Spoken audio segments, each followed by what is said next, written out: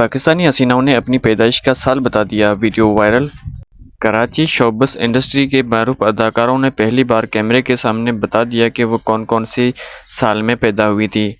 حال ہی میں پاکستان فلم نابالغ افراد کے پریمیئر کا انعقاد ہوا تھا، جس سے شوبز شخصیات نے بھی شرکت کی تھی۔ ایسی پریمیئر کی ایک ویڈیو سوشل میڈیا پر گردش کر رہی ہے۔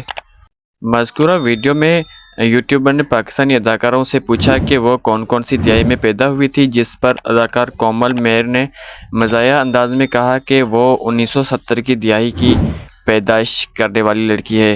کومل میر کے جواب کے مطابق ان کی عمر 50 سے 54 سال تک ہوگی۔ اداکارہ کے جواب نے یوٹیوبر کو حیران کر دیا، جبکہ کنزہ ہاشمی نے کچھ دیر سوچنے کے بعد بتایا کہ وہ 1990 کی دہائی میں پیدا ہوئی تھی۔ کنزہ ہاشمی کی جانب سے خود کو 1990 کی دہائی کی بتائے جانے پر ان کی عمر تقریباً 34 سال بنتی ہے۔